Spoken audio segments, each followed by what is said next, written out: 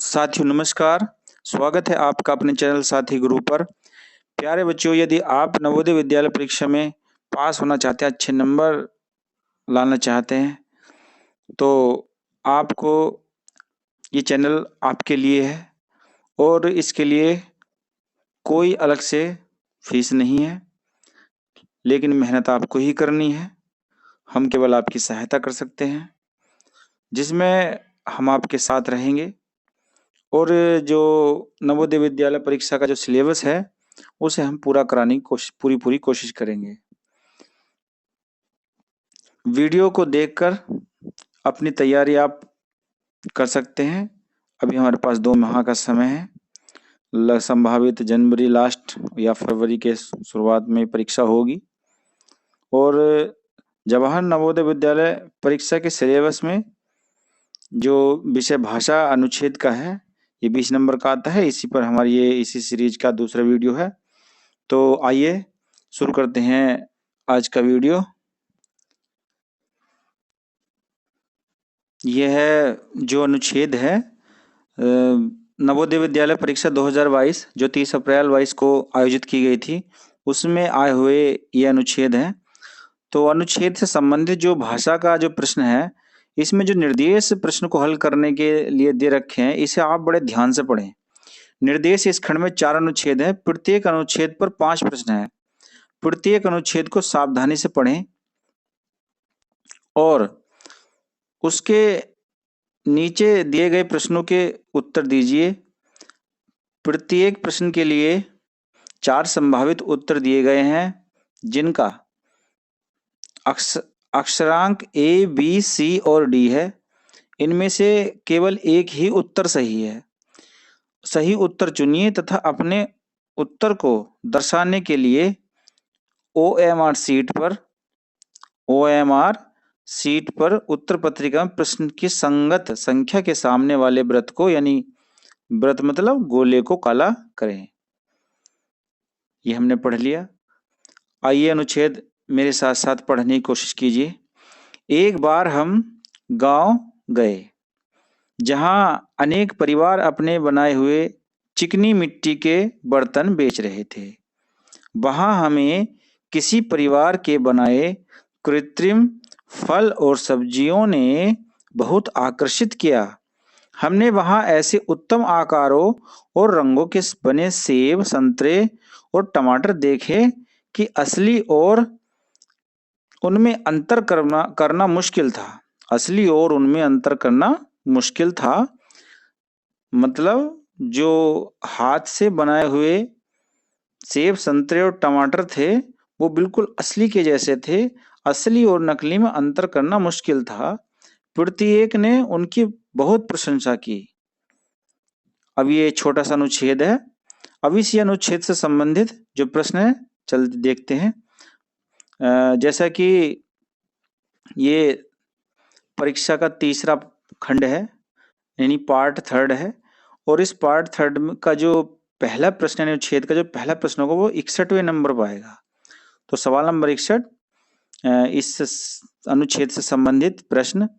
कुछ परिवारों ने चिकनी मिट्टी के बनाए, बीच में डैश है यानी खाली जगह है। तो इनमें क्या बिल्कुल सही अनुच्छेद के अनुसार जो सही ऑप्शन आएगा वो हम चुनेंगे। पहला ऑप्शन है मेज और कुर्सियां, फल और सब्जियां, खिलौने और बर्तन, गुल्लक, पिगी बैंक और गेंद। तो जैसा कि हमारे अनुच्छेद में पहली लाइन में ही आया था कि कृत्रिम फल और सब्जियां, फल और सब्जियां।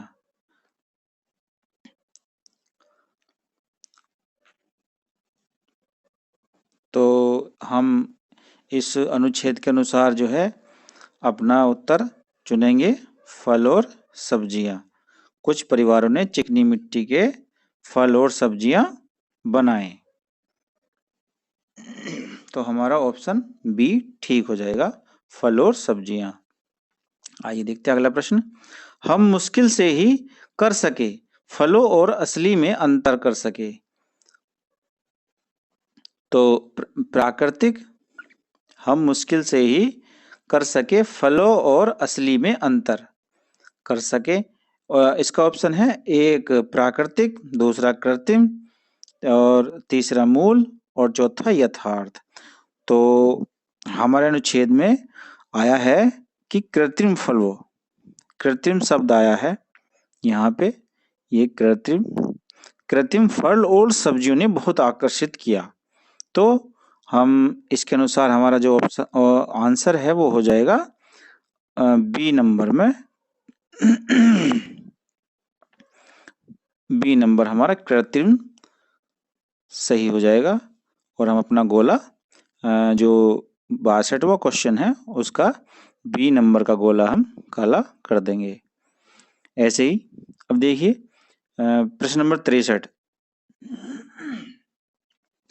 ऐसे यानी ऐसे को इंग्लिश में सच बोलते हैं, SUCH शब्द है। ऐसे शब्द है, क्या है ये शब्द? क्रिया है, विशेषण है, क्रिया विशेषण है, समुच्चय बोधक है। पहला ऑप्शन क्रिया, दूसरा ऑप्शन क्रिया विशेषण, तीसरा ऑप्शन विशेषण और चौथा समुच्चय बोधक। तो ऐसे जो शब्द हैं ये संज्ञा अथवा सर्वनाम की विशेषता बताने वाले शब्दों को हम विशेषण कहते हैं। तो इसका सही आंसर हो जाएगा विशेषण। यानी ये जो शब्द है ये जो कृत्रिम फल है उनकी विशेषता बता रहा है कि ऐसे शब्द। आइए देखते हैं शब्द आया कहाँ है अनुच्छेद में। अनुच्छेद में आया है यहाँ पर, ऐसे, ऐसे उत्तम, ऐसे उत्तम आकारों और रंगों के बने सेब, संतरे, टमाटर। यानी जो चिकनी मिट्टी के जो ये सेब, संतरे, टमाटर बने हुए थे तो उनके लिए ऐसे शब्द यूज हुआ है। तो ये जो सेब, संतरे चिकनी मिट्टी के बनाए हुए थे तो उसकी तरफ एक विशेष इशारा कर रहा है। तो ये हमारा जो शब्द है ऐसे, ऐसे शब्द जो है ये ऐसे शब्द हमारा हो जाएगा विशेषण। तो हमारा सही आंसर विशेषण हो जाएगा। और 63 नंबर का हम सी नंबर का गोला काला कर देंगे। आगे चलते हैं।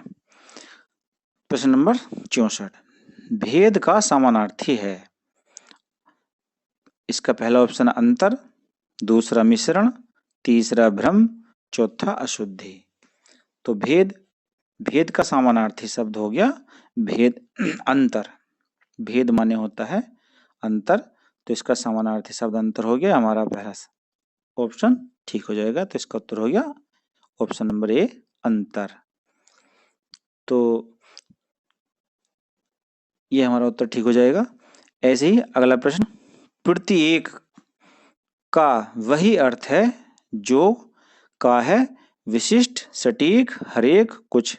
तो प्रत्येक माने होता है हरेक। तो इसका सही जवाब हो जाएगा ऑप्शन नंबर सी, हर एक। हर एक माने प्रत्येक। तो ये थे पहले अनुच्छेद के 5 प्रश्न। अब अनुच्छेद नंबर 2। अब ये एक नया अनुच्छेद है, अब इसे पढ़ते हैं, मेरे साथ साथ पढ़ने की कोशिश कीजिए। यह रविवार का दिन था। हरीश पार्क में अपने मित्रों के साथ खेल रहा था। निकट में एक तालाब था। हरीश तैरना चाहता था। वह छपाक के साथ तालाब में कूद गया। तालाब के दूसरे छोर पर पानी में कुछ बत्तखें थीं। हरीश ठंडे पानी और हल्के धूप का आनंद लेते हुए तैरा। अचानक उसने जोर की आवाज सुनी। पानी छितर गया। उसने चारों तरफ देखा कि कहीं किसी ने तालाब में गोता तो नहीं लगाया। यानी जब हम पानी में कूदते हैं तो पानी में तेज हलचल होती है, तो उसे ऐसा लगा कि किसी ने पानी में गोता लगाया। उसने चारों तरफ देखा, उसे कोई दिखाई नहीं दिया। चारों तरफ देखा उसने, लेकिन उसे कोई दिखाई नहीं दिया। इस तरह से हम परीक्षा में भी ध्यान से अपने जो अनुच्छेद है उसे पढ़ेंगे, फिर दोबारा पढ़ेंगे। कम से कम 2 बार तो जरूर पढ़िएगा। यह देखिए, मेरे साथ पढ़िए दोबारा से। यह रविवार का दिन था। हरीश पार्क में अपने मित्रों के साथ खेल रहा था। निकट में एक तालाब था। हरीश तैरना चाहता था। वह छपाक के साथ तालाब में कूद गया। तालाब के दूसरे छोर पर पानी में कुछ बत्तखें थी। हरीश ठंडे पानी और हल्की धूप का आनंद लेते हुए तैरा। अचानक उसने जोर की आवाज सुनी, पानी छितर गया। उसने चारों तरफ देखा, कहीं किसी ने तालाब में गोता तो नहीं लगाया। उसे कोई दिखाई नहीं दिया। तो इससे संबंधित हमारा पहला प्रश्न है, हरीश पार्क में अपने साथ खेल रहा था। तो भाइयों के साथ खेल रहा था, मित्रों के साथ खेल रहा था, सहपाठियों के साथ खेल रहा था, टोली के साथ खेल रहा था। ये इसके ऑप्शन है कि भाइयों के साथ, मित्रों के साथ, सहपाठियों के साथ, टोली के साथ। तो जैसा कि हरीश पार्क में अपने मित्रों के साथ खेल रहा था, तो इसका सही जवाब हो जाएगा ऑप्शन नंबर, यानी जो दूसरा नंबर है, मित्रों के साथ। दूसरे नंबर पर जो है यह हमारा ठीक हो जाएगा, मित्रों के साथ हरीश पार्क में खेल रहा था। अगला प्रश्न, हरीश तालाब में कूदा तैरने के लिए, मछली पकड़ने के लिए, बत्तखों का पीछा करने के लिए, स्नान करने के लिए। तो जैसा कि हमारा अनुच्छेद माया है कि हरीश जो है किसके लिए कूदा था, तैरने के लिए कूदा था। तो हमारा पहला ऑप्शन ठीक हो जाएगा कि हरीश तालाब में कूदा तैरने के लिए। आगे देखते हैं। अगला प्रश्न है, मौसम था बहुत गर्म, बहुत ठंडा,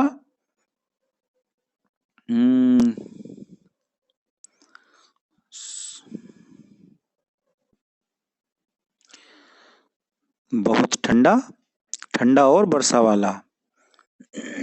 जैसा कि हमारे अनुच्छेद में आया था कि रविवार का दिन था और जो मौसम था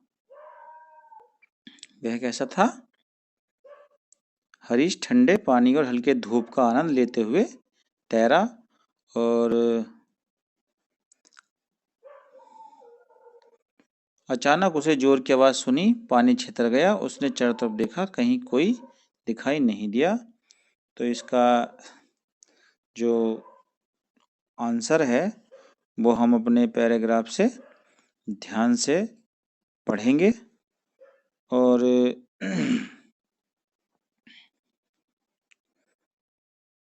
66 ये हमारा जो है 67वां प्रश्न है। तो 67वें प्रश्न का ऊपर जो आंसर जो है वो है तैरने के लिए। हरीश तालाब में कूदा तैरने के लिए। और 68वां प्रश्न, मौसम कैसा था। तो हमारे अनुच्छेद में दे रखा है कि पानी और हल्की धूप का आनंद लेते हुए, पानी और हल्की धूप का आनंद लेते हुए। तो इसका मतलब मौसम जो था वो थोड़ा गर्म था। तो हमारा इसका जवाब हो जाएगा ऑप्शन नंबर बी, थोड़ा गर्म। हमारा बी आंसर ठीक हो जाएगा और हम अपने उत्तर पुस्तिका में 68वें प्रश्न का बी नंबर का गोला काला कर देंगे। 69 नेक्स्ट क्वेश्चन है।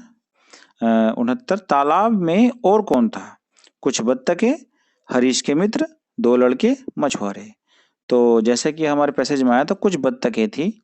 तो इसका सही जवाब हो जाएगा ऑप्शन नंबर ए, कुछ बत्तखें। कुछ बत्तखें थी। नेक्स्ट क्वेश्चन 70, गोता लगाना शब्द का वैसा ही अर्थ है जैसा फिसलना, कूदना, गिर जाना, चढ़ना।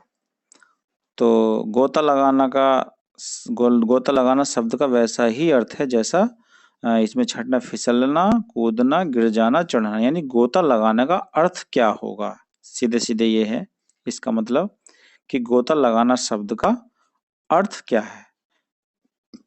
फिसलना है, कूदना है, गिर जाना है, चढ़ना है। तो गोता लगाने का सही अर्थ है कूदना। इसका ये कूदना जो है ऑप्शन ठीक हो जाएगा। तो 70 नंबर का हम दूसरे नंबर का गोला काला कर देंगे। आगे अनुच्छेद 3, ये हमारे दूसरा अनुच्छेद कंप्लीट हुआ। अब अनुच्छेद तीसरा, ये मेरे साथ साथ पढ़िए। सांप रेंगने वाले कहे जाने वाले प्राणियों की श्रेणी में आते हैं। जो सांप जो है वो रेंगने वाले प्राणियों की श्रेणी में आते हैं। इस समूह में मगरमच्छ, छिपकलियां और कछुओं को भी शामिल किया जाता है। सांप वनों, मरुस्थलों और झीलों आदि सभी जगह पर पाए जाते हैं। वे साल भर बर्फ से ढके रहने वाले स्थानों में जीवित नहीं रह सकते। सांपों की दृष्टि बहुत कमजोर होती है। क्षति से बचने और भोजन पाने के लिए भोजन पाने के लिए वे अन्य इंद्रियों का उपयोग करते हैं। सांप अपनी नाक से सूंघते हैं, पर अधिकतर वे जीभ से सूंघते हैं। सांप का शरीर कोशिकाओं की परतों से बनी शल्कों से ढका रहता है। किससे ढका रहता है? शल्कों, जिसे हम कांचली बोलते हैं। वर्ष में कई बार सांप अपनी मृत चमड़ी यानी कांचली की बाहरी परत छोड़ देता है। उसके नीचे की कोशिकाएं तुरंत बाहरी परत का निर्माण कर देती हैं, जो सांप की सुरक्षा करती है। तो इससे संबंधित पहला प्रश्न, सांपों को कहा जाता है, 71 नंबर का प्रश्न, सांपों को कहा जाता है छिपकली रेंगने वाला शल्क कछुआ। तो सांपों को पहली लाइन में आया था कि कहते हैं रेंगने वाला। तो हमारा दूसरे नंबर का ऑप्शन ठीक हो जाएगा और हम इस 71वें प्रश्न का दूसरे नंबर का गोला काला कर देंगे। सांप कहाँ जीवित नहीं रह सकते? बर्फ से जमे स्थानों पर, मरुस्थलों में, वनों में, झीलों में। तो जो सांप है वो बर्फ से जमे स्थानों पर नहीं रह सकते। तो इसका पहला ऑप्शन ठीक हो जाएगा और हमारा पहला उत्तर ठीक हो जाएगा और हम इस प्रश्न का जो पहले नंबर का गोला है वो काला कर देंगे। नेक्स्ट क्वेश्चन, सांपों का की कमजोर होती है सूंघने का बोध, सुनने का बोध, स्पर्श का बोध, दृष्टि का बोध। तो इसका सही जवाब है ऑप्शन नंबर ए, सूंघने का बोध। जैसे अभी थोड़ी देर पहले पैसेज में हमने पढ़ा था अनुच्छेद में कि सांपों को सूंघने की शक्ति बहुत कम होती है, अधिकांश भी अपनी जीभ के स्पर्श से ही सूंघ पाते हैं। सांपों की दृष्टि बहुत कमजोर होती है या कि सांपों की दृष्टि बहुत कमजोर होती है, इससे वे अन्य इंद्रियों का प्रयोग करते हैं और अब सांप अपनी नाक से सूंघते हैं। सांप अपनी नाक से सूंघते हैं, पर अधिकतर वे जीभ से सूंघते हैं। तो हमारे इस प्रश्न का क्या उत्तर हो जाएगा कि सांप का कमजोर होता है सूंघने का बोध, सुनने का बोध, स्पर्श का बोध, दृष्टि का बोध। तो दृष्टि का बोध इसका, सॉरी, पहले सूंघने का बोध हो गया था, लेकिन फिर से मैसेज जब हमने पढ़ा तो इसका सही जवाब है दृष्टि, यानी देखने की दृष्टि बहुत कमजोर होती है। जैसा कि अभी मैसेज में बताया था कि सांप की दृष्टि बहुत कमजोर होती है, ये यहाँ आया था ये। हाँ, अब चलिए जल्दी से अगला क्वेश्चन, सांप को चोट लगने से बचाता है या बचाती है? जीभ, शल्क, मृत चमड़ी, नाक। तो इसकी जो मृत चमड़ी है वो सांप को चोट लगने से बचाती है। और सांप का शरीर कोशिकाओं की परतों से बनी शल्कों से ढका रहता है और वर्ष में कई बार सांप अपनी मृत चमड़ी से की बाहरी परत छोड़ देता है और उसके नीचे कोशिका तुरंत बाहरी परत का निर्माण कर देती है, जो सांप की सुरक्षा करती है, यानी शल्क या मृत चमड़ी। सांप का शरीर कोशिकाओं की परतों से बनी शल्कों से ढका रहता है, तो इसका मतलब शल्क करती है सुरक्षा इसकी। तो इसका सही जवाब हो जाएगा शल्क, ऑप्शन नंबर बी, शल्क। तो ठीक हो जाएगा कि शल्क चोट लगने से बचाती है, क्योंकि वो हटने से तुरंत नई चमड़ी का निर्माण कर देती है। जीवित रहना शब्द का अभिप्राय क्या है? अभिप्राय का मतलब होता है अर्थ। अभिप्राय का मतलब, अभिप्राय माने अर्थ। तो जीवित रहना शब्द का क्या अभिप्राय है या क्या अर्थ है? तो इसका चलना, जीना, संबंधित होना, पलायन करना। तो जीवित रहना का मतलब अर्थ हो गया जीना, यानी ऑप्शन नंबर इसका दूसरा नंबर का ये ठीक हो जाएगा, जीना। जीवित रहना शब्द का क्या अर्थ है? जीना। तो हम 75 नंबर का दूसरे नंबर का गोला काला कर देंगे। अनुच्छेद नंबर 4, अब ये हिंदी का अनुच्छेद का चौथा अनुच्छेद है, इसे पढ़ते हैं। चलिए पढ़ते हैं, मेरे साथ साथ पढ़िए। दूध सबसे अच्छा भोजन है, इसमें पानी, चीनी, चर्बी यानी वसा, चर्बी को वसा कहते हैं, विटामिन और प्रोटीन होते हैं। किसमें? दूध में। दूध सबसे अच्छा भोजन है, इसमें पानी, चीनी, चर्बी यानी वसा, विटामिन और प्रोटीन होते हैं। लोग भिन्न भिन्न पशुओं के दूध पीते हैं। इंग्लैंड और अनेक अन्य ठंडे देशों में गाय होती है। अरब और मध्य एशिया जैसे गर्म शुष्क स्थानों में ऊंट होते हैं। भारत में गाय और भैंस दोनों हैं। अनेक स्थानों पर बकरियां होती हैं। यदि लोग गाय और अन्य पशु रखते हैं तो उनको बहुत दूध मिलता है। दूध से वे मक्खन और चीज यानी पनीर, चीज माने पनीर बना सकते हैं। और यह बहुत जरूरी है कि जिस दूध का हम उपयोग करते हैं वह शुद्ध और विषाणु मुक्त होना चाहिए। विषाणु कहते हैं वायरस को। विषाणु माने वायरस, यानी इसमें वायरस नहीं होने चाहिए। अशुद्ध दूध से मानव शरीर को लाभ की बजाय हानि होती है। तो ये हमारा अनुच्छेद था। अब इसका पहला प्रश्न है, क्षेत्र नंबर। लोग पशुओं का दूध पीते हैं, एक जैसे, भिन्न भिन्न, समान, उसी तरह के। तो अभी आया था कि लोग अलग अलग भिन्न भिन्न पशुओं का, ये देखिए यहाँ पे है, भिन्न भिन्न पशुओं का दूध पीते हैं। तो हमारा इसके हिसाब से बी नंबर का जो यानी दूसरे नंबर का जो ऑप्शन है वो ठीक हो जाएगा, भिन्न भिन्न। लोग पशुओं का दूध पीते हैं, भिन्न भिन्न, भिन्न भिन्न पशुओं का दूध पीते हैं। नेक्स्ट क्वेश्चन, स्थानों में ऊंट होते हैं, शीतल, जमे हुए, गर्म, ठंडे। तो इसका सही जवाब हो जाएगा गर्म स्थानों पर ऊंट होते हैं, जैसा कि अनुच्छेद में आया था कि अनेक स्थानों पर बकरियां होती हैं, लोग गाय अन्य पशु रखते हैं, और शुष्क स्थानों में, जैसे यहाँ से देखिए ये गर्म और शुष्क स्थानों में ऊंट होते हैं, गर्म और शुष्क स्थानों में ऊंट होते हैं। तो हमारा इसका ऑप्शन जो है क्या हो जाएगा, गर्म। 77वें प्रश्न का, स्थानों में ऊंट होते हैं, कहाँ? गर्म, यानी इसका तीसरे नंबर का सवाल उत्तर हमारा सही हो जाएगा, और हम इस 77वें प्रश्न का तीसरे नंबर का गोला काला कर देंगे। आगे देखिए 78, यदि लोग गाय जैसे पशु रखते हैं तो उन्हें मिलता है, यदि लोग गाय जैसे पशु रखते हैं तो उन्हें मिलता है बहुत कम, कम, थोड़ा, बहुत सारा। गाय जैसे पशु मिलते हैं तो उन्हें मिलता है दूध बहुत कम, कम, थोड़ा, बहुत ज्यादा। तो आइए हम अनुच्छेद देखते हैं।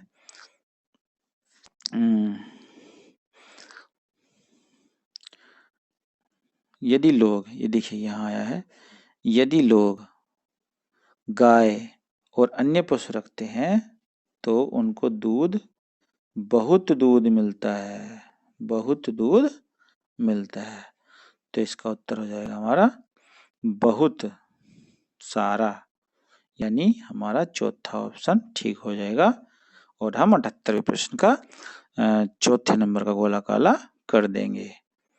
यदि लोग गाय जैसे पशु रखते हैं तो उन्हें मिलता है दूध बहुत सारा। ये 79 यानी 79वां प्रश्न, यह वह शुद्ध हो कि जिस दूध का हम उपयोग करते हैं, आवश्यक, अनावश्यक, अनपेक्षित, गैर जरूरी। यह वह शुद्ध हो कि जिस दूध का हम उपयोग करते हैं, आवश्यक, अनावश्यक, अनपेक्षित, गैर जरूरी। तो इसका हम अनुच्छेद में देखते हैं।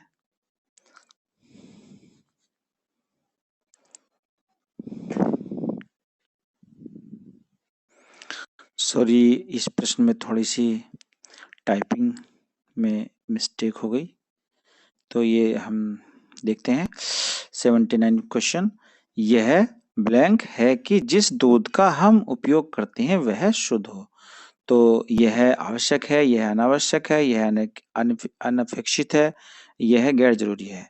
तो इसका सही ऑप्शन हो जाएगा हमारा ऑप्शन नंबर 1, यह आवश्यक है कि जिस दूध का हम उपयोग करते हैं वह शुद्ध हो।